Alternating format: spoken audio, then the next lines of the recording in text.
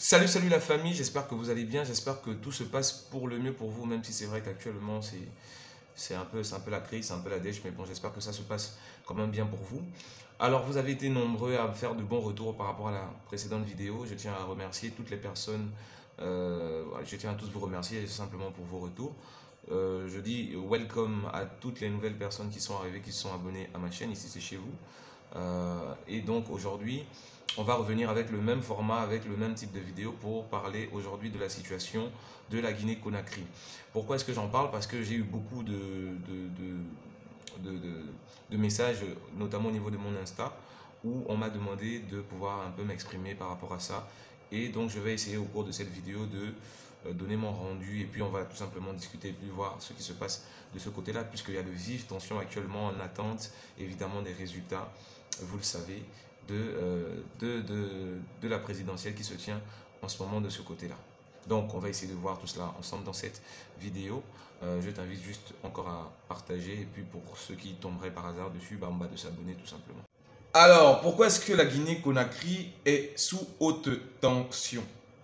Eh bien, c'est simple, c'est parce qu'il faut comprendre qu'on est dans quelque chose que nous connaissons déjà, c'est-à-dire que vous avez toujours le même simulacre au niveau des élections. Lorsque vous êtes aujourd'hui un pays de la France-Afrique, lorsqu'on parle d'élections, il y a systématiquement des tensions. Des tensions qui vont s'accompagner d'agression des populations, de la mort des populations, de la revendication des populations. En tout cas, ça va toujours entraîner de la tension interne, de la frustration, des exactions, et on a toujours ce clivage, c'est-à-dire de l'armée privatisée, encore une fois de plus, la même problématique, c'est-à-dire de l'armée privatisée au solde du pouvoir contre le peuple qui est dans la rue et qui demande simplement le départ des autorités en place. C'est ce qu'il faut bien comprendre, c'est que ici, vous avez aujourd'hui le président sortant, donc monsieur Alpha Condé, qui est opposé à son, je dirais comme ça, son adversaire historique, Monsieur Cellou Dalein Diallo. Et ce qui se passe là actuellement, c'est qu'on a au niveau du peuple des exactions qui sont commises parce que le peuple est allé dans la rue réprimander, pas réprimander, ils sont allés manifester simplement pour demander le départ et pour refuser ce nouveau mandat, en tout cas, que M. Alpha Condé veut briguer. Alors, d'où est-ce que tout ça vient? Il faut d'abord commencer par parler, justement, si on doit parler en termes de jeunesse, on doit parler de cette histoire de constitution, parce que, évidemment, le troisième mandat que M. Alpha Condé veut briguer, effectivement, il pose problème au niveau de la constitution de la Guinée-Conakry. C'est en tout cas ce que j'ai cru comprendre, parce qu'il y a même un mouvement, c'est-à-dire le FNDC, Fonds, si je ne m'abuse, Fonds national de défense de la Constitution, je crois, qui a été créé l'année dernière justement pour empêcher M. Alpha Condé de pouvoir se représenter, parce qu'il faut absolument modifier la Constitution, si vous voulez, pour qu'il arrive pour qu'il arrive à briguer un troisième mandat. Et donc là, c'est déjà la première source de frustration, je dirais, au niveau du peuple, qui comprend que, donc on a finalement toujours ce même problème avec les élites qui refusent de quitter le pouvoir après des mandats qui leur ont déjà été assignés, jusqu'à modifier la Constitution et je dirais se rabaisser au niveau, c'est-à-dire que se rabaisser totalement, parce que c'est anticonstitutionnel en fait ce qui se passe. Et donc ça, c'est déjà le premier point qui pose problème. Le deuxième point, c'est qu'actuellement, pendant que nous sommes en train d'attendre les résultats, parce que les résultats sortent le 25, donc je crois demain, on attend les résultats. On a déjà des premières éditions, c'est-à-dire des premiers résultats provisoires qui sont donnés par comment on appelle, la commission électorale indépendante, hein, bien comprendre le indépendante, qui donc donne déjà le candidat sortant victorieux, c'est-à-dire avec de l'avantage dans certaines zones. Et évidemment, ça soulève encore un peu plus le peuple, parce que même dans le parti de l'opposition, vous avez aussi des comptages des voix qui ont été faits par le staff même de l'opposition Diallo. Et donc, on se rend compte que ça ne correspond pas forcément à la véracité. Ça, c'est un scénario qu'en Afrique francophone, on connaît beaucoup. Et ça, je pense que on est fatigué. C'est même comme un film, en fait. C'est comme des rediffusions, en fait, qu'on regarde. Est-ce que tu vois ce que je veux te dire?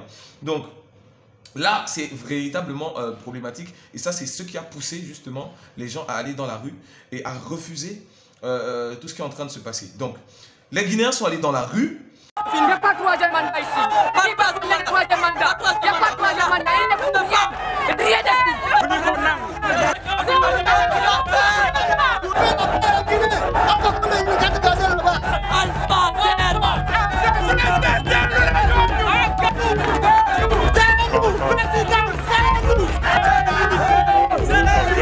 et ont manifesté clairement leur mécontentement et ont demandé clairement au président sortant en tout cas, ils ont demandé aux gars de dégager, quoi, parce que ça peut plus se passer, ça peut plus continuer, ça peut plus perdurer. Aujourd'hui, on se pose bien la situation qu'est devenue la Guinée-Conakry. Hein, quand on analyse un peu ce qui se passe là-bas, vous avez les mêmes conditions. Vous n'êtes même pas obligé d'être aujourd'hui guinéen pour savoir ce qui se passe là-bas, parce que ce sont les mêmes réalités de tous les pays francophones. Vous avez la précarité qui est accrue, vous avez la paupérisation qui est quasiment une constante, vous avez les injustices sociales, vous avez les injustices, je dirais, quotidiennes que les populations subissent. Bref, vous avez l'impression que vous êtes dans un étau et que vous ne pourrez pas vous en sortir. Et c'est ce ras-le-bol que le peuple aujourd'hui manifeste dans la rue. On voit bien que c'est toujours, en fait, c'est toujours le même scénario. C'est-à-dire qu'il faut à un moment donné qu'il impose un rapport de force, que ce soit dans la rue avec le peuple ou encore par l'entremise, je dirais comme ça, moi, des voix d'opposition, hein, évidemment. Alors, monsieur Cellou Dalein Diallo, moi, je ne connais pas son programme, je ne me suis pas renseigné dessus. Est-ce qu'il pose les vrais problèmes de la Guinée aussi sur la table? Ça, il faut le voir, parce que le tout, c'est pas simplement de dire à l'autre, vous savez aussi, moi, j'ai aussi un petit problème, mais ça, c'est une parenthèse qui n'engage que moi. J'ai vraiment aussi un problème avec nos opposants aujourd'hui, parce que les opposants ont toujours tendance à dire c'est à cause de lui si on est comme ça, c'est à cause de lui si on est comme ça. Mais qu'est-ce que toi, par rapport à l'émancipation du peuple, en fait, qu'est-ce que tu proposes? Je n'ai pas vu, je le répète encore, peut-être vous me direz en commentaire, le programme de l'opposant, donc de M. Diallo, et j'espère qu'il a posé les vrais problèmes sur la table, parce que sinon, pour moi, c'est compliqué. Alors, qu'est-ce qu'on doit analyser de toute cette situation? Bah, simplement que, vous voyez, tout à l'heure, je vous ai parlé de constante dans les pays francophones. Bah, c'est simplement le problème de la tutelle française. Il faut qu'on se le dise totalement. Le problème de la tutelle française est quelque chose qui fait en sorte que l'Afrique, en tout cas les 14 ou 15 pays, je ne sais plus, qui sont concernés par cette relation-là, soient toujours misérables. C'est une constante dans tous ces pays, vous n'avez qu'à regarder. Et quand on parle de la France, ne faites pas d'amalgame, on ne parle pas de la population française, hein, qui elle aussi, in extenso, est pauvre et subit trop d'impôts à payer, trop de taxes, on le voit avec les gilets jaunes, etc. Mais on parle justement de cette intelligentsia occidentale, hein, alliée avec l'Amérique, avec toutes les puissances que vous connaissez, qui veulent garder sous domination, évidemment, les peuples que nous sommes. Il faut aujourd'hui que les jeunes que nous soyons, nous nous munissons de ces problématiques parce que c'est très important. Regardez ce qui se passe en Guinée-Conakry. C'est quoi? C'est simplement que la France aujourd'hui a la main mise sur l'État guinéen et a déjà choisi son champion. Ce qui fait que vous avez, avant même qu'on en arrive, évidemment au résultat, vous avez déjà des petites indications qui vont vous montrer. Et regardez comment ils en parlent sur les... J'étais encore en train de regarder France 24, j'étais en train d'écouter RFI, etc. Tout le monde est en train de dire aux gens de se calmer. C'est vrai qu'on dit au peuple, calmez-vous et attendez les votes, attendez les résultats. C'est vrai que les gars ne comprennent même pas, pas qu'ils ne comprennent pas, en fait ils font semblant, tu vois. Mais le peuple, en fait les gens sont en mode, mais en fait les gars, de quoi vous parlez? On vous dit déjà que c'est louche cette histoire. Vous nous demandez d'avoir confiance en vous quand on sait que ce n'est pas la réalité de ce que nous avons traduit au travers des votes qui sera représenté, mais ce n'est pas possible. Et c'est pour ça qu'ils sont dans la rue, c'est pour ça qu'on a des heures, et c'est pour ça que les gens sont en train de mourir de ce côté-là, là-bas, d'accord? Parce que les gens sont rattachés justement à ces valeurs-là, c'est-à-dire on doit pouvoir s'exprimer, et dans le cadre de la démocratie, envisager quand même une alternative, une forme d'alternance. C'est pour ça que pour moi, on ne doit même pas parler d'alternance dans nos États, parce qu'il faut d'abord être dans une réelle démocratie pour parler d'alternance. Et généralement, l'alternance, il faut voir, est-ce que c'est l'alternance du régime ou l'alternance du système? Mais dans tous les cas, on veut essayer autre chose. C'est ça, en fait, aujourd'hui, que les Guinéens manifestent, c'est que finalement, tu as eu ton temps, là c'est chaud, frère, libère. Mais comme il y a des intérêts liés évidemment à la France, bah vous avez quoi? Vous avez la situation qu'on a là. Et encore un truc auquel nous on assiste tout le temps, c'est évidemment ces chiffres faramineux avec ces taux de vote qui dépassent l'entendement. Et il n'est pas le seul. À Blogui, l'association des blogueurs de Guinée chargée d'observer le déroulé du scrutin dit avoir constaté un gonflement des chiffres à Farana, fief traditionnel d'Alpha Condé. La CENI annonce un taux de participation de 100,17%. Donc 100,17%, ça veut dire qu'à Farana, sur les 156 097 inscrits, il y a eu 156 315 votants, donc plus de 218 personnes. Ce taux, il est anormalement élevé pour nous. Par exemple, dans le fief du président sortant, vous avez des votes qui dépassent l'entendement, vous avez des taux de vote qui dépassent l'entendement. Et là, vous avez des gens qui viennent dire, les gars de la commission, c'est pour ça que je vous parle d'organes extérieurs qui n'en ont rien à foutre en vrai, qui viennent dire, ouais, ben, il y a eu des anomalies. Tu parles qu'il y a eu des anomalies. Ça ne sert à rien de dire le mot anomalie, parce que tu dilues l'information. Dites bien qu'il y a eu fraude, pour que, voilà, sur le terrain, on sente que, voilà, pour susciter une intervention. Et vous allez vous rendre compte que personne, tout le monde va regarder. Ensuite, on va vous dire, ils vont vous dire, nous prenons acte. C'est pas la première fois dans l'histoire qu'on voit ça. Donc, franchement, je ne sais pas en gros quoi penser. Bon, pas que je ne sais pas quoi penser. Je sais que moi, je pense que la France, évidemment, a déjà choisi son champion et que tout ce qui est en train de se passer, malheureusement, au détriment de toutes les personnes qui meurent et des convictions profondes du peuple guinéen qui va vraiment dans la rue défendre, se battre, qui subit des coups, qui subit la vie au quotidien. Parce que moi, c'est le peuple qui m'intéresse. Je suis obligé quand même d'être... je ne vais pas dire réaliste, mais de regarder la vérité aujourd'hui en face, c'est que là, demain, vous verrez que c'est le candidat de la France qui va être annoncé. Alors que ce troisième mandat n'est même pas constitutionnel. Alors que le pays ne va nulle part. Mais parce que vous avez des autorités, je ferai une vidéo sur les autorités africaines. Les autorités africaines qui sont parisianisées, comme on dit, qui reçoivent directement des directions de la France et qui ne se soucient même pas, mais alors même pas. Eux, c'est tout pour la fratrie.